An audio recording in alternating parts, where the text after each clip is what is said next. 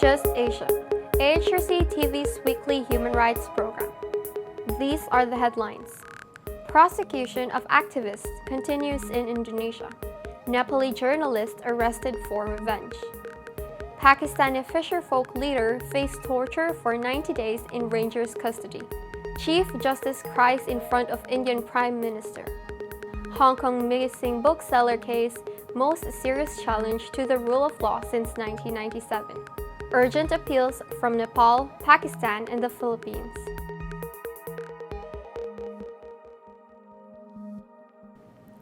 Welcome to AHRC TV's Just Asia. I am Julia Roblando. This week, Just Asia continues to report on the prosecution of Indonesian activists for crimes against public authorities. Attacked and arrested for protesting outside the presidential palace on 30th October 2015, 23 laborers, 2 public lawyers, and 1 university student have since been falsely charged.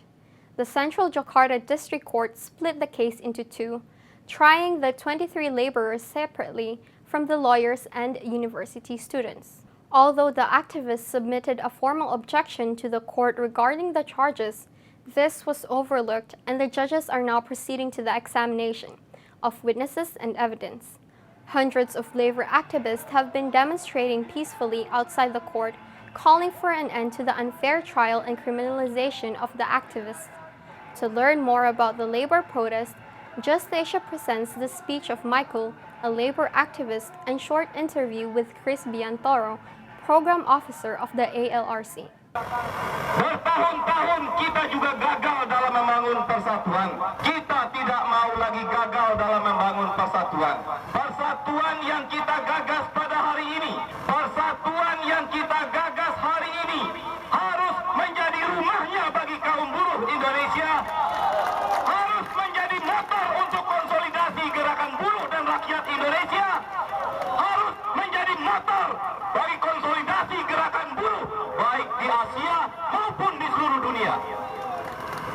Tugas besar dan tugas sejarah ada pada kita pada hari ini.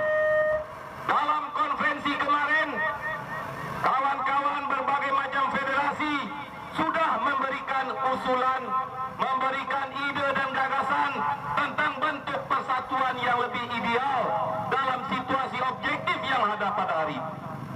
Berbagai macam federasi juga memberikan usulan tentang program-program yang harus kita jalankan ke depan. Satu hal yang menjadi keputusan bagi kita kaum buruh, baik itu KPKPBI maupun Gerakan Buruh Indonesia, melihat situasi ekonomi politik bangsa Indonesia pada hari ini, di mana penindasan, ketidakadilan, kemiskinan, kesewenang-wenangan terus terjadi di bangsa ini. Kita mengetahui persoalan-persoalan yang ada di pabrik-pabrik, persoalan yang ada di desa-desa, persoalan yang ada di pinggir-pinggir pantai bagi kaum nelayan, persoalan penggusuran di kota-kota, semua mempunyai akar permasalahan yang sama. Prosecution against 26 activists have proven that Indonesian criminal justice system still faces serious problem. The government has yet performed a serious effort to reform its national legal system in line with the international human rights instruments to which the Indonesian government as a state party. For instance, the International Covenant on Civil and Political Rights that guarantee and protect the right to freedom of expression and assembly.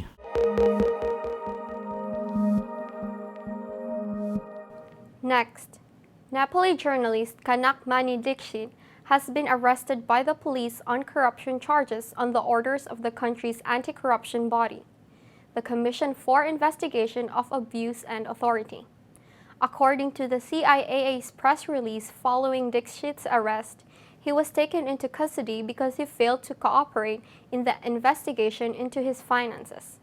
The CIAA has accused him of using his position as the chairperson of public transportation to illegally amass wealth. However, Dixit is innocent unless proven guilty, and until the investigation is completed, the CIAA must not treat him like a common criminal. Just Asia caught up with Charan Prasai, one of the civil society leaders, to shed light on this issue. यो जुन हत्या दुरुपयोग अनुसन्धान आयोगले कनक मणि दीक्षितलाई जसरी जुन रूपमा पक्रेको छ हामीले यसलाई बडो गम्भीर रूपमा लिएका छौँ र यो उनको पकडाइ भनेको चाहिँ उनले कुनै पनि त्यस्तो किसिमको भ्रष्टाचार गरेको अथवा कुनै सम्पत्ति कमाएको भन्ने किसिमको जुन आरोप लगाएर जसरी पक्राउ गरेका छ त्यो चाहिँ वास्तविक रूपमा सिद्ध हुन्छ भन्ने मलाई लाग्दैन। यो एउटा व्यक्तिगत रूपमा एउटा प्रतिशोधको भावनाबाट चाहिँ उत्पन्न भएको यो गिरफ्तारी हो अथवा त्यो आरोप लगाइएको हो भन्ने मलाई लाग्दछ। लाई चाहिँ उसले चाहिँ संयुक्त त्यो जेनेभामा गएर संयुक्त राष्ट्रसङ्घको मानवाधिकार जुन समिति हो त्यहाँ गएर जुन युपिआरमा आफ्नो कुराहरू राख्यो त्यो त्यसमा चाहिँ सरकार प्रमुखले जुन एउटा आपत्ति अथवा त्यो सरकारको जुन प्रमुख प्रधानमन्त्री केपी शर्मा ओली हुनुहुन्छ उहाँले आयोगका सम्पूर्ण पदाधिकारीहरूलाई बोलाएर जसरी एउटा अशिष्ट तरिकाले उहाँले असन्तुष्टि पोख्नु भयो त्यो एकदमै आपत्तिजनक छ। हेर्नुहोस् त्यो गर्न खोजेको एउटा कुरा के छ भन्नुहुन्छ भने भोलि गएर चाहिँ अथवा तपाईँको अहिले विद्यमान जुन सरकारको एउटा मानसिकता हो एउटा शासन प्रणालीको मानसिकता हो हामीले जे गर्दाखेरि पनि तिमीहरूले बोल्नु हुँदैन तिमीहरूले आवाज उठाउनु हुँदैन तिमीहरूले राष्ट्रिय अथवा अन्तर्राष्ट्रिय रूपमा चाहिँ कुरा उठाउनु हुँदैन भन्ने एउटा चाहिँ एउटा सन्देश चाहिँ दिन खोजिएको छ र एउटा कल्चर अफ साइलेन्स डेभलप गर्नलाई चाहिँ यो मुलुकमा खोजिएको छ। तपाईँले भने जस्तै अहिले धेरै साथीहरू डराएर पनि बसिरहेको छन्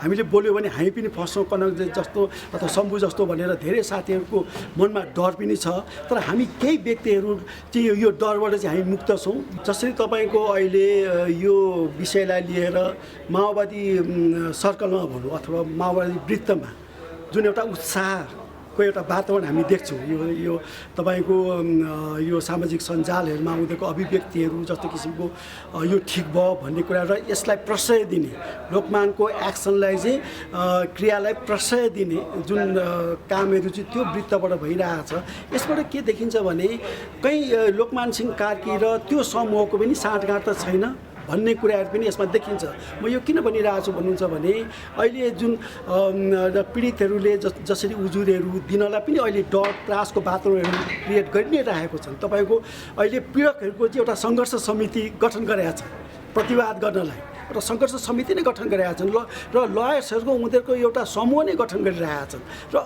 र ठाउँ ठाउँमा चाहिँ एउटा डर त्रासको वातावरणहरू चाहिँ उनीहरूले सृजना गरिरहेका छन्। अहिले पीडितहरू तपाईँको के छ भन्नुहुन्छ भने उजुरी दिनलाई पनि जान डराइरहेका छन् र यो डरको अवस्था चाहिँ हामीले यदि यसलाई तोड्नलाई हामी मानवाधिकार समुदाय सकेनौँ भने तपाईँको यो पीडितहरूको चाहिँ यो उनीहरू त अब एकदमैसँग निरीह त हुन्छन् र मानवाधिकार समुदाय पनि कमजोर हुँदै जान्छ। It appears that the CIAA and the government of Nepal has a personal vendetta against Dixit for opposing Lokman Karki's appointment as the CIAA chief around 3 years ago, and raising issues of human rights violations during the conflict. The Asian Human Rights Commission also fears that the government is taking a silent but repressive approach to discourage journalists and activists from raising conflict-era human rights violations at a time when the Truth and Reconciliation Commission is taking complaints from conflict victims.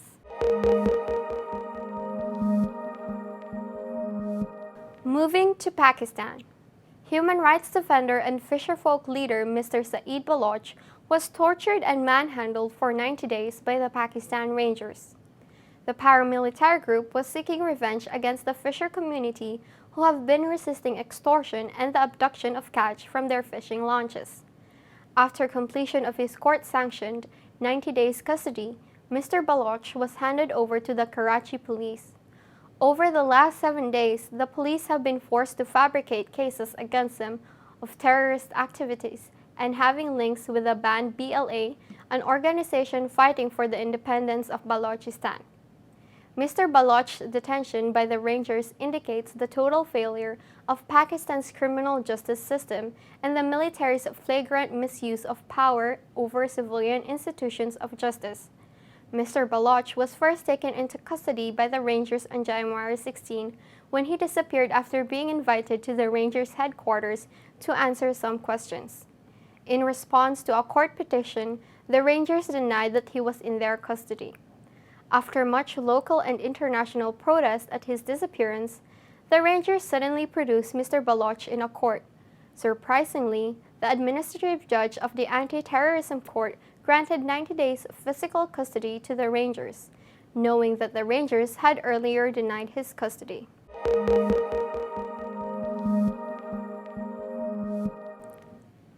Moving to India. The country's Chief Justice, T.S. Thakur, spoke on Sunday at a meeting of judges and chief ministers attended by Prime Minister Narendra Modi. He made an impassioned and emotional plea to Mr. Modi to urgently fill the vacant posts of judges and create more courts to deal with the mammoth backlog of cases facing the judiciary. His voice choking, he even wiped away tears as he tried to convey the gravity of the situation. Just Asia caught up with Executive Director of the Asian Human Rights Commission, Bijo Francis, to hear his thoughts on this. Now we have heard so many ridiculous things about Indian judiciary for so many years, like decades-long delay or judges taking several years to decide on simple issues because the cases gets adjourned at the leisure of the judiciary, at the leisure of the lawyers appearing on both sides. We have heard so many other things which are also equally shameful, which is like court records being found lost, judges passing very questionable or unconstitutional orders and so on. But this is the first time where the Chief Justice of India, like a child, was crying in front of his entire subordinate judiciary, at least that of the High Court and that of the Supreme Court, and the Prime Minister of India, and also, very openly accusing the government that it has not done enough in filling up the vacancies that have been left open for several years.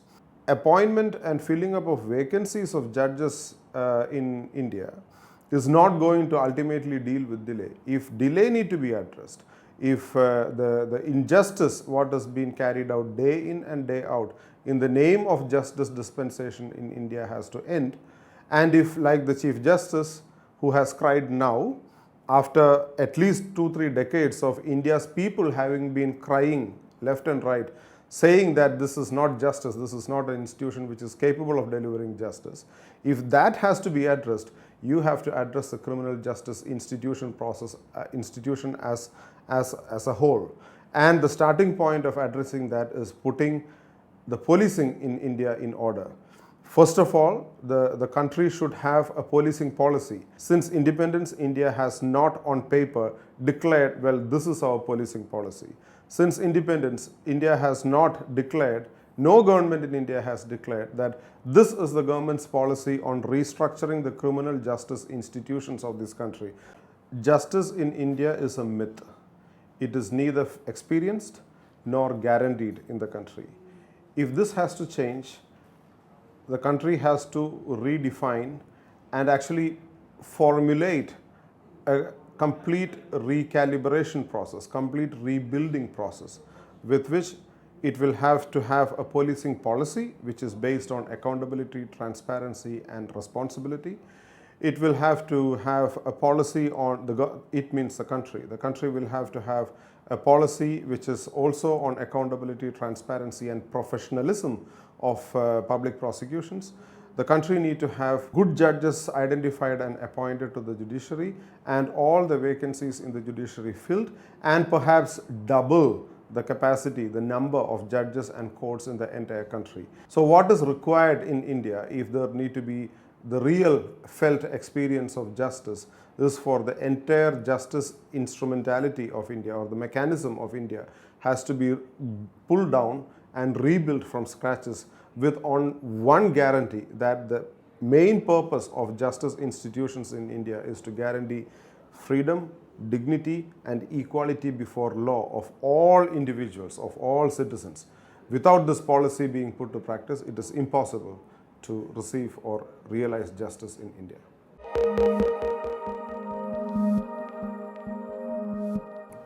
Next, Hong Kong's missing bookseller case poses the most serious challenge to Hong Kong's basic law and the one country, two system principle since the 1997 handover, said the European Union in its annual report on Monday. 5 Hong Kong booksellers who sold titles critical of the Chinese government went missing in Thailand, China, and Hong Kong in 2015. Eventually showing up in China, they claimed to be voluntarily collaborating in an official investigation. No credible explanation has been provided in the case of Li Bo, a British national who disappeared from Hong Kong, said the report, despite repeated requests for information and explanation by top officials of the Hong Kong SAR as well as by the EU and other members of the international community. Apart from the violation of fundamental freedoms, the report says the case raises concerns about Chinese authorities' application of Chinese laws to acts carried out by Hong Kong residents on the Hong Kong soil.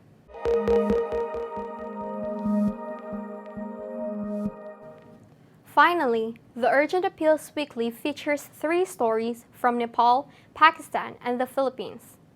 In Nepal, police have detained 5 family members of an alleged murder suspect from Bardia district.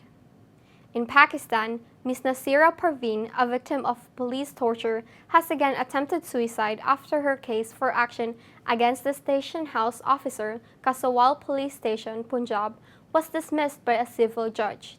In the Philippines, authorities continue to harass and intimidate the illegally detained farmers in Kidapawan City, even after bail for their provisional liberty was posted. 82 farmers were arrested on 1 April 2016 during a violent dispersal of a peaceful blockade conducted by 6,000 farmers asking for drought assistance.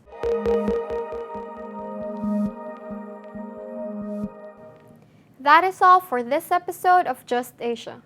For more on these or other issues, please visit www.alrc.asia/justasia or www.humanrights.asia. Thank you for watching and see you next week.